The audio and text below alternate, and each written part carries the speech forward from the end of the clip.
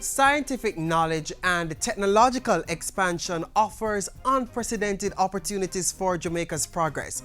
And today we'll be showing you some of the strategies being promoted by government to tap into those opportunities.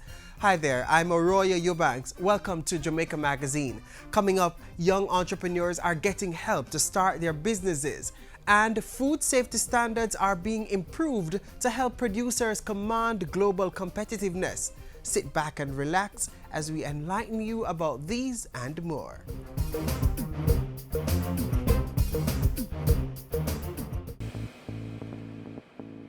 A healthy and educated people living in a clean, natural environment, reducing crime, improving the justice system and governance, building a prosperous economy. It's not just a vision, it's reality. Learn about the plan. Join the vision. My country, Jamaica, has a rich heritage and is very unique. If we all pull together, we can make it the place of choice to live, work, raise family, and to do business. For more information on Vision 2030, call the Planning Institute of Jamaica or visit vision2030.gov.jm, your parish library, school library, or the Jamaica Information Service. Government is thinking outside conventional boundaries to address the challenges of development. The Ministry of Science, Technology, Energy and Mining is part of that process. Take a look at just a few of the initiatives planned for this fiscal year.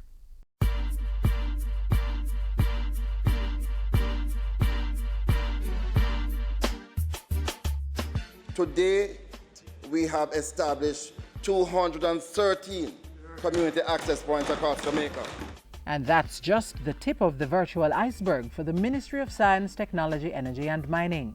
We are continuing to establish a broadband network connecting institutions across the length and the breadth of Jamaica. The Court Services Management System, $19 million, we're installing that. The Jamaica Agricultural Society, $7 million to establish agricultural commodities market and call centers.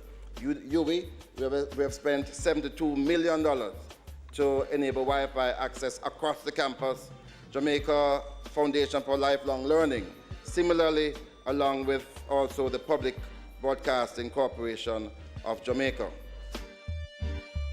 As he delivered his contribution to the 2015-2016 sectoral debate, Minister Paulwell also announced the sale of additional spectrum to telecoms provider Lime. In the middle of March, we signed an agreement with Lime for the sale of additional spectrum totaling $2.6 billion Jamaican dollars, of which $1.3 billion was paid over on the 31st of March 2015. As for government's Tablet in Schools project, he says it's been generating improved performance and discipline among students. It's also helping young tech entrepreneurs create businesses. So too is the Startup Jamaica initiative, through which 6 companies got $30,000 in equity and were selected to participate in a technology boot camp in Jordan. And this project is aimed at enabling our young people who are innovators and entrepreneurs to do well. Others are finding success through government interventions to grow Jamaica's business process outsourcing industry. Sutherland will be establishing in Mandeville, largely due to the efforts of our Prime Minister who convinced them to go to Mandeville. And I should also announce that Lime has indicated to me that with the recent merger, they are looking at relocating jobs overseas to create 200 jobs here in Jamaica. The BPO industry should generate a total 3,000 jobs by the end of this year. And with this level of growth, security of information is extremely important. The Cabinet recently approved the tabling of the new Cybercrimes Act, which will be done in this month here. And we have also signed an MOU, Stop, Think, Connect campaign to raise public awareness about cybersecurity. Key to this process is the appointment of a Chief Information Officer to oversee government's full utilization of ICT. Dr. Louis Shalal took office on April 13. So we are developing a clear policy framework to promote the use of ICTs across government. Am I heard? No chemical, no pesticide, no fertilizer. Am I heard? History created. License granted to cultivate ganja for scientific research, particularly for its medicinal properties. That announcement by Minister Paulwell came on April 15, the same day the Dangerous Drugs Amendment Act 2015 took effect. The University of the West Indies and University of Technology will be able to grow the crop, but under strict regulations. It is not a free-for-all. It is not to promote the smoking of ganja. It is to recognize that this product has tremendous value in it. And as we move towards enabling the commercialization of medical ganja, the research aspect is crucial. To maintain a consistent quality, a detailed training curriculum has been developed to support farmers. There are many countries now that have done very well in research in ganja. Jamaica wants to re-establish itself as a center of excellence for the research in ganja. This should be the home of research and development in ganja, and that is what we intend to do. Since that announcement, the University of the West Indies got its license and has planted ganja trees on campus grounds. Granting the license to the UWI and UTech is part of government's policy to accelerate the development of a national nutraceutical industry through research and development. Just give me the light. Just give me the light. Just give me the light. Yeah. In the 2015-2016 fiscal year, the Energy Ministry continues its sharp focus on energy conservation and efficiency and diversification through the introduction of renewables. The strategy includes partnership with the United States Department of Energy through a letter of intent signed on April 9. Which is promoting cooperation on energy conservation and efficiency, develop the renewable energy sector, and fuel diversification, which includes, importantly, the introduction of natural gas as part of our energy mix. In the meantime, a $1.1 million contract is being reviewed to conduct a hydropower feasibility study on 6 sites. 20 megawatts of energy is expected to be created.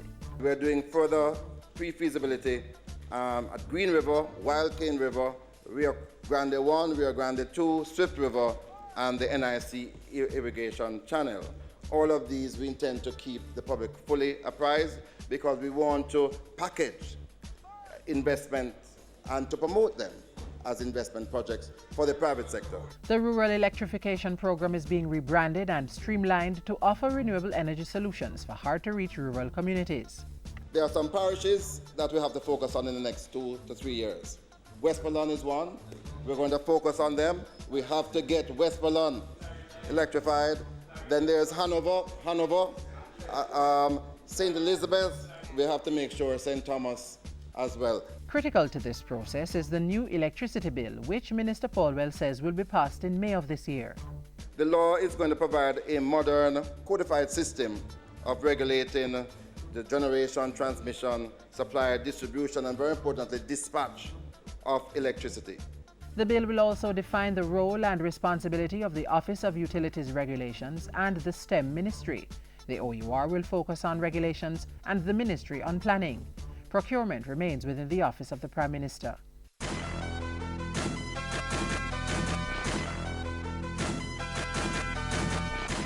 A comprehensive plan to fully develop and expand the minerals sector over the period 2015 to 2018 is gaining momentum. The National Minerals Policy will be tabled in the 2015-2016 legislative year to provide the framework to attract investments in industrial and metallic minerals. Opportunities will be made available for the prospecting of gold and copper and the exploitation of limestone potential. As for the bauxite sector, in 2014, production grew by 2.6%, reflecting 9.7 million tons. Exports grew by 0.3% to 4.4 million tons, while crude bauxite production increased by 2.8%. The sector is also poised for further growth this year. We are seeing the revitalization of the bauxite industry. And by the end of next year, we are seeing the return of profitability to the government-owned Clarendon Aluminum Partners, and that's a tremendous achievement. As for Alpart, work is happening. People are being employed. The bauxite is being mined, and the repairs are being done for the establishment. Looks good for the establishment of the port. Investors have also shown interest in rare earth development, as government now looks to patent work already done in the pilot project stage. We are seeing additional interest because recently I granted exploration licenses to an Australian company, Rare Metals Jamaica Limited, and they are now prospecting for rare earth. So the project is not dead, far from dead. Entering niche markets, becoming competitive and generating sustainable development. STEM, generating growth and development.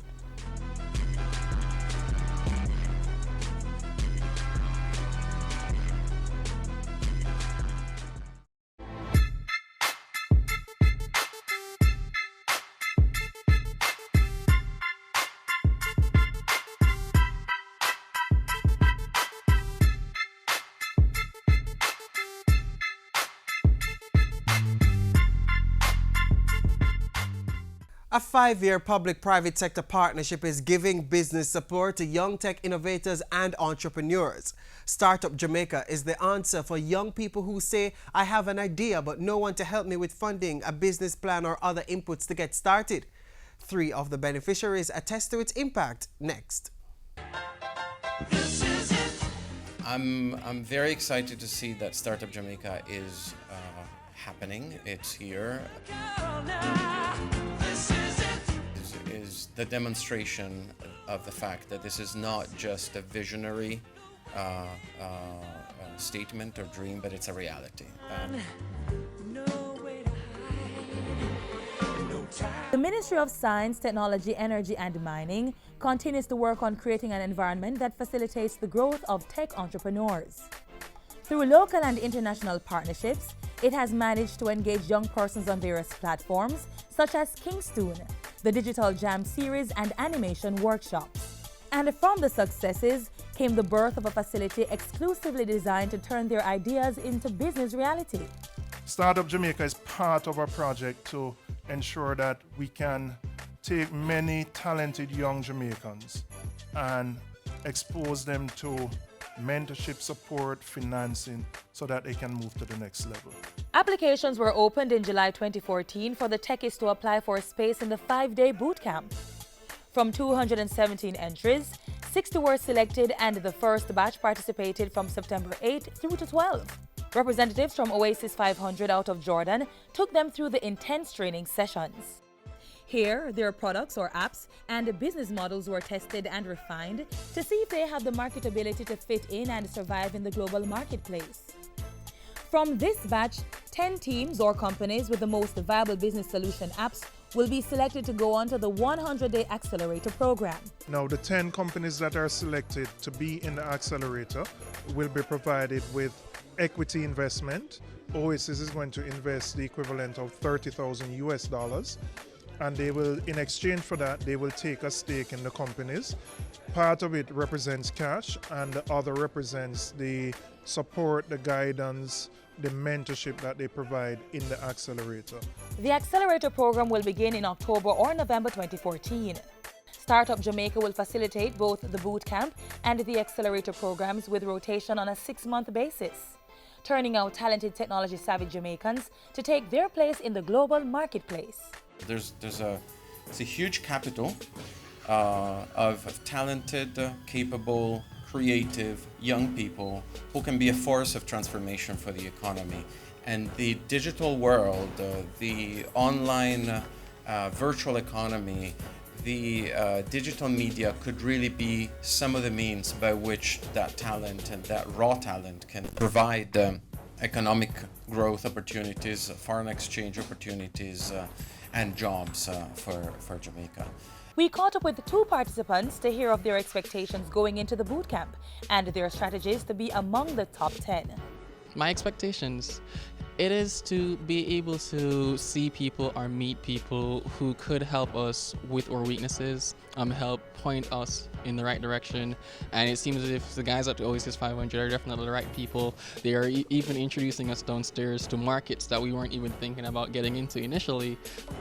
The strategy we hope to employ to move ahead to make it to the top 10 is to get traction with our product, present it as an attractive value proposition to our customers, and be able to predict a reasonable return on investment for the investors that we have here from Oman.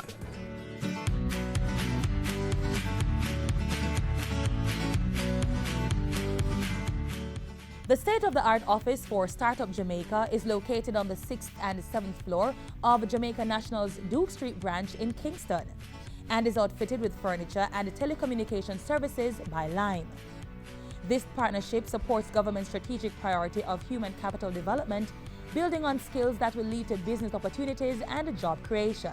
Really an investment in the development of Jamaica. We've outfitted this 7th floor of the Jamaica National Building to provide entrepreneurs and technology entrepreneurs in particular with the space that they need to innovate and ideate and come up with new service-based and technology-based solutions for all sorts of problems that hopefully we're going to be able to export throughout the world. The National Commercial Bank also put up $5 million towards the institutional strengthening of the 10 selected business ideas from the Accelerator program. We've seen many of our SMEs come in with great ideas, but not having the institutional framework to sustain that. And so we are investing in programs like Startup Jamaica that help them to not only, share those ideas, but take them to the next level. Startup Jamaica will be further supported through a $20 million contract with the World Bank, which includes funding for the training of 15,000 young persons in digital and animation at institutions such as the Hartrust NTA, the University of the West Indies, and the University Technology of Jamaica. We have seen where there's been a global demand for outsourcing of animation content, and the only issue preventing further growth of Jamaican companies is the availability of skilled personnel. So we're going to be ramping up our training in animation. The $30 million will also fund a science, technology, and innovation program to be implemented by the Scientific Research Council. So from now until December, the first cohort of 10 tech businesses will experience the success of Startup Jamaica, followed by another 10 every 6 months. And this is just the start of greater development of new businesses from a sector of unlimited possibilities and prospects for Jamaica. And I believe that Jamaicans are richly endowed to do very well, to continue to do very well.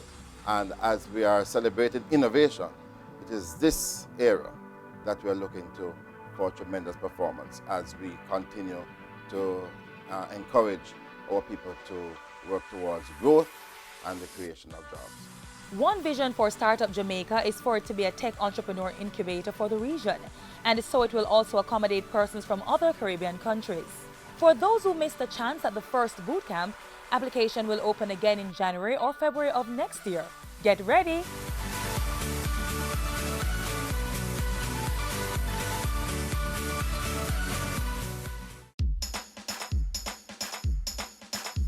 We want a productive Jamaica. We all are productive Jamaicans. Productivity to move forward on this land. Productivity, that's the way to go, we should understand. Productivity is the way to go for all us Jamaicans. Small business, big business, old and young, we are tell every woman and man. We want growth and prosperity for a better nation with a building plan. So we can build our product and sell our product and put more money in our hand. Our economy can rise to a level and build a better nation. Productivity to move forward on this land. Productivity, that's the way to go, we should understand. Productivity to move forward on this land. Productivity, that's the way to go, we should understand. Productivity. Productivity, pathway to prosperity. A message brought to you by the Jamaica Productivity Center, a department of the Ministry of Labor and Social Security. Protecting public health and ensuring food manufacturers can succeed in business demand high food safety standards. And much is happening locally to ensure Jamaica's standards are in line with global requirements. The food we eat has a major influence on our health. How the food is prepared, packaged, or initially produced will determine how much value it offers, or even if it's safe for consumption. Governments and food suppliers have a duty to protect the nation's health and ensure that the food in the marketplace is safe. They have to be on the watch for foodborne illnesses and other hazards that require up-to-date safety mechanisms. Having these international quality systems in place is also an investment that can help companies reach for a larger share of the global trade market, and food is a major trade item. It's an open secret that repairing Jamaica's economy must take the route of increasing its output in trade through niche marketing and competitive means. If Jamaica's food exports are deemed safe, competitiveness in the global market will be strengthened. In the world of food inspection and testing, hazard analysis and critical control point HACCP system is a popular choice. HACCP is used in most thriving long-term business operations. This system allows for inspection and testing at each stage of the production process, removing the need for the more costly end product inspection and testing. Another increasing requirement in the foods market is for established systems that allow the authorities to trace the movement of the foods from the origin to the end user. Under Jamaica's National Quality Infrastructure Project, local laboratories with international accreditation are increasing. More demanding food safety standards in major markets are pushing the local effort to accredit testing labs and get businesses certified under the International Standard Organization ISO. The Bureau of Standards Jamaica BSJ and the Jamaica National Agency for Accreditation JANAC, as well as the National Certification Body, are spearheading activities to ensure businesses meet the requirements of other countries. These institutions are put in place by government to support the national export strategy. The country is working towards a position where once goods are tested in Jamaica, they are accepted globally. In support of that process, the BSJ has reduced the cost of all its services by 50%. Ensuring modern food safety standards are in place is everybody's business. Consumers get wholesome foods and businesses trade in confidence and ease.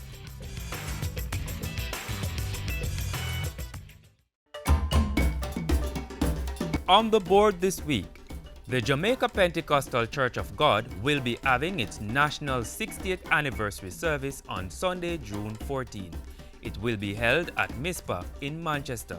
Starting time is 4 p.m. All are invited. Shekinah, a Jamaican Worship Event Foundation, presents another worship event. It's on Saturday, June 2. Venue is the Trenchtown Multipurpose Center at 10 to 15 5th Street, Kingston 12. Starting time is 6:30 p.m. Proceeds in aid of the work of the foundation. And that's all for our community notices today. Send us your email for broadcast on the JIS Community Notice Board.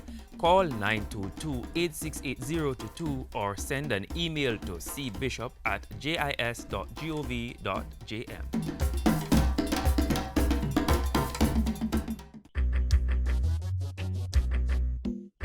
Nutritious food, succulent dishes, superior workmanship, and excellent service. Jamaica is on the go. Let's grow what we eat and eat what we grow. Let's harness the indomitable spirit of our most valued resource, our people. Let's support our local businesses. After all, buying Jamaican means building Jamaica. Original.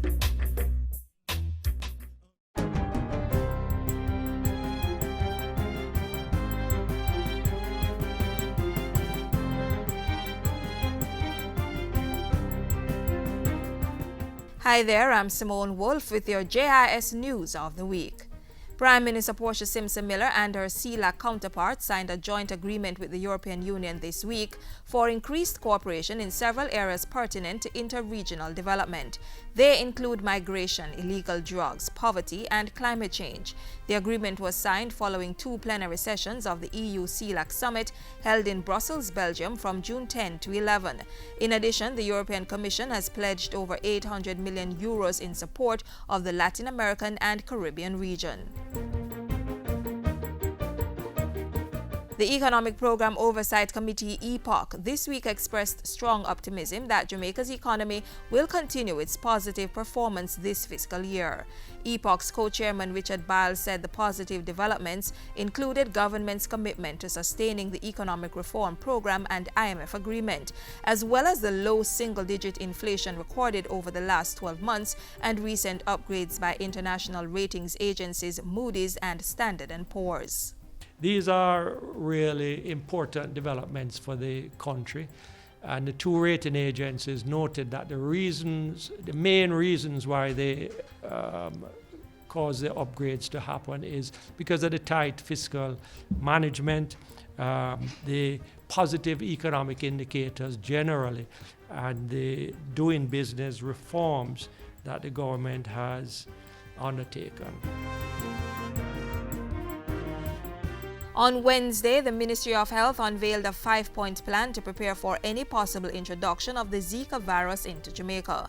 Medical entomologist Shireen Huntley-Jones said the health minister would be using vector management, social mobilization, intersectoral collaboration, capacity building, and legislative capacity to prevent or control the Zika virus. The ministry is also carrying out fogging exercises while it urges persons to destroy all possible mosquito breeding sites from around their homes. As persons take action and search their environments to identify breeding sites, that you're looking at large containers, but you're also looking at some very small places that the mosquito can be hiding.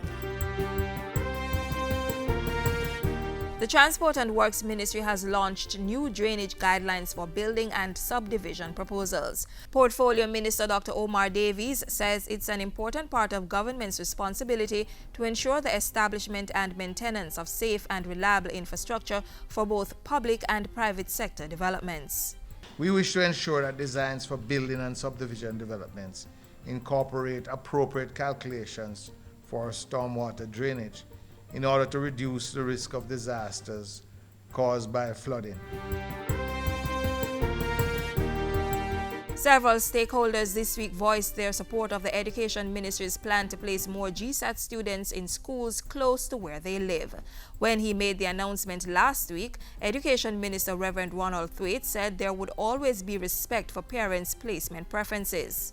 This week, he clarified that the new policy is to manually place those GSAT students who are not assigned to any of the institutions of their choice. Government has signed a $1.8 million funding agreement with the Mexican government for the construction of a new concrete access road to the Riverton City disposal site. Local Government Minister Noel Arscott says it should expand commercial activities at the facility. This is central to the NSWMA's strategic business plan and operational plan. We expect that this project will produce significant economic and social outcomes, which will include stimulation of employment for persons in the project period and beyond. I'd like to say also that this will facilitate the utilization of the landfill day and night. Currently, no activity can take place there at nights because of the state of the road. The project is expected to begin this month and last for 1 year. And those were some of the stories making news this week. I'm Simone Wolf.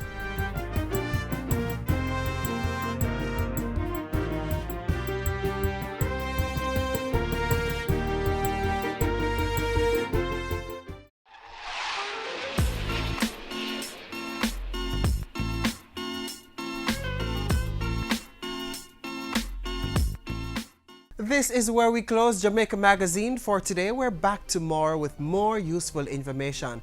In the meantime, keep the link. Use our Facebook and Twitter pages, YouTube channel, and the JIS website to stay in touch and get the very latest government information. On behalf of the team here at the JIS, I'm Arroyo Eubanks. Help keep those pesky mosquitoes at bay by destroying their breeding sites. Thanks for watching. Take care.